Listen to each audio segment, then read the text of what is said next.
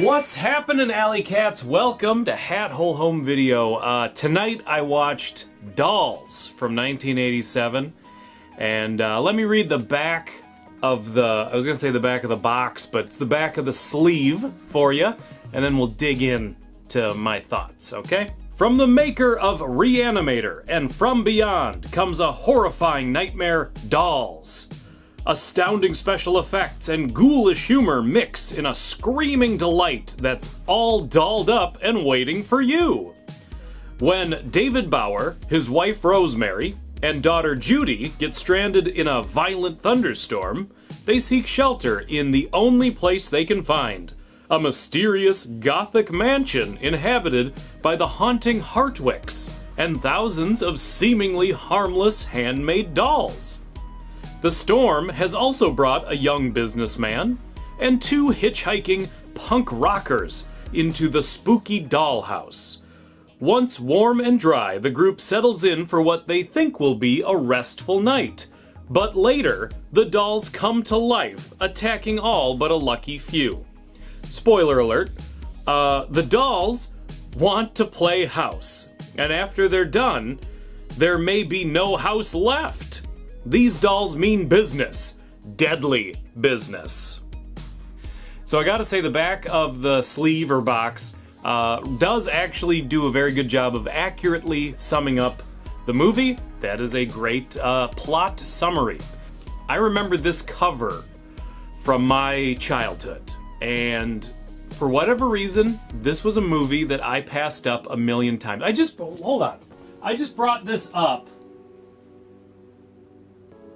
I just brought this up the other day on my Instagram. By the way, Instagram, at Hat Hole Home Video. But I just brought this up the other day with Deadly Friend. This was a movie that I passed up a million times as a kid. And then finally one day it was, you know, the midnight movie on some summer night. And I absolutely fell in love with it. It's a phenomenal film.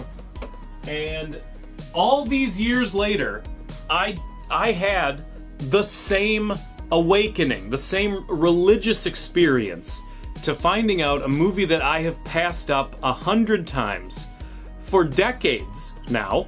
Turns out to be a movie that I really, really liked. I watched this movie and I turned around and I watched it again.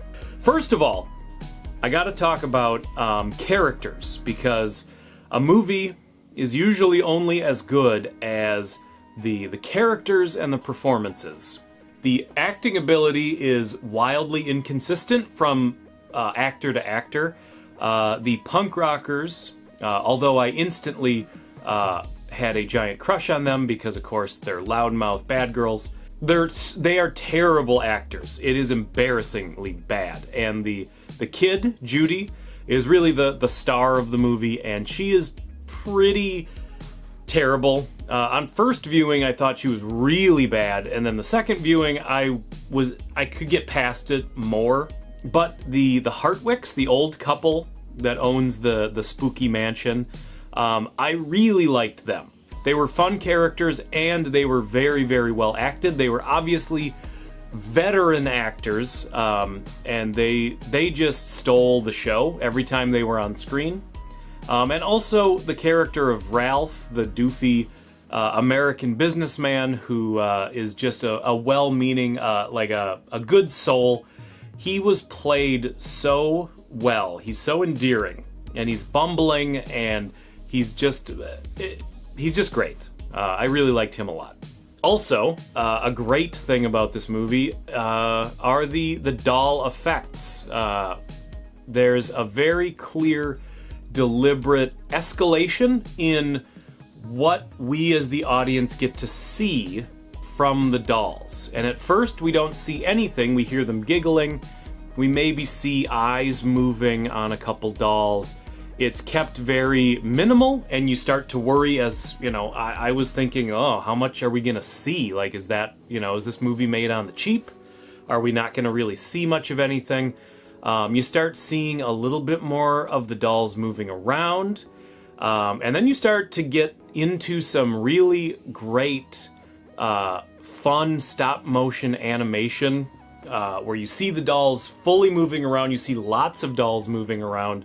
There is an impressive amount of not just stop-motion animation, but puppetry, animatronic work, puppet work, strings. You can tell they really kind of used every tool in their tool belt to kind of give you as many different doll effects as they could. There's not a ton of gore.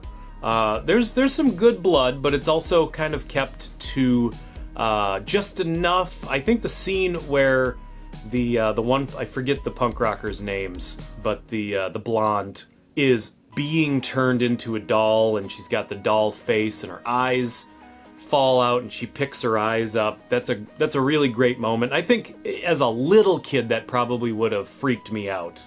But yeah, really great. There's not a whole lot of downside to really talk about. There's not a whole lot of plot, and that's not even a huge downside, because reminds me a lot of almost like a fairy tale. There's a lesson to be learned, and spoiler alert, what you discover as the movie unfolds is that the mansion is a test of character. Basically, the old couple are witches, and all of the dolls are people who have come into their home and failed to prove that they have a good heart. Basically, you become a doll and you are forced to spread happiness in the lives of children. It's kind of fun, and it's kind of a kid wish fulfillment kind of idea. A lot of this movie feels like it was almost a kid's movie. It just, you have, speaking of great things that make it not a kid's movie, or even fantasy fulfillment, all that stuff. I forgot to mention the first scene in the movie, which I loved, was Judy's main thing is her parents hate that she has an active imagination. And the opening scene of the movie, you get to see her imagining her teddy bear growing to 8 feet tall, and the cute exterior of the teddy bear bursts open, and there's this vicious bear underneath, and it rips her stepmom's arm off, claws her dad's face, and bear hugs him to death. And it's a great scene to right off the bat kind of give you some gore. Dolls, I have to say, worth the price of admission. I picked this up for $1.99. It's still got the, I took the price tag off. $1.99. I picked this up. VHS tapes do tend to run kind of expensive. Obviously, any horror movie that has a great horror cover, the VHS tapes tend to be expensive, but I know Shout Factory has re-released this on Blu-ray. I know copies are out there. I'm sure you can watch it on the cheap, legally. I'm sure you can watch it for free if you're a lawbreaker, which I don't condone. I believe movies are to be physically owned. You should be able to hold a movie in your hand. But yes, Dolls is definitely worth watching. It's a great old 80s horror movie, and I should point out too, it predates Child's Play, it predates Puppet Master, it predates a lot of the killer doll movies. So there you go. Thank you everybody so much for watching. Please, if you could, if you're watching this on YouTube, hit that subscribe button. If you're watching this on hatholehomevideo.com, maybe leave a comment, maybe share the link, spread the love a little bit. Check out the Patreon if you're interested in supporting money-wise. Obviously you are not, I'm not pressuring you to do so, but support of any kind is really awesome. So share, subscribe, comment, all that good stuff. Check me out on Twitter at HatHole. Check me out on Instagram at HatHoleHomeVideo. And by the way, for all you Instagrammers, if you hashtag HatHoleHomeVideo on any photos of your own movie collection, the photos do go up on hatholehomevideo.com, so you get to be a part of the fun. So there you go. Thank you everybody so much for watching. I will catch all you cool cats on the flip side. Bye-bye.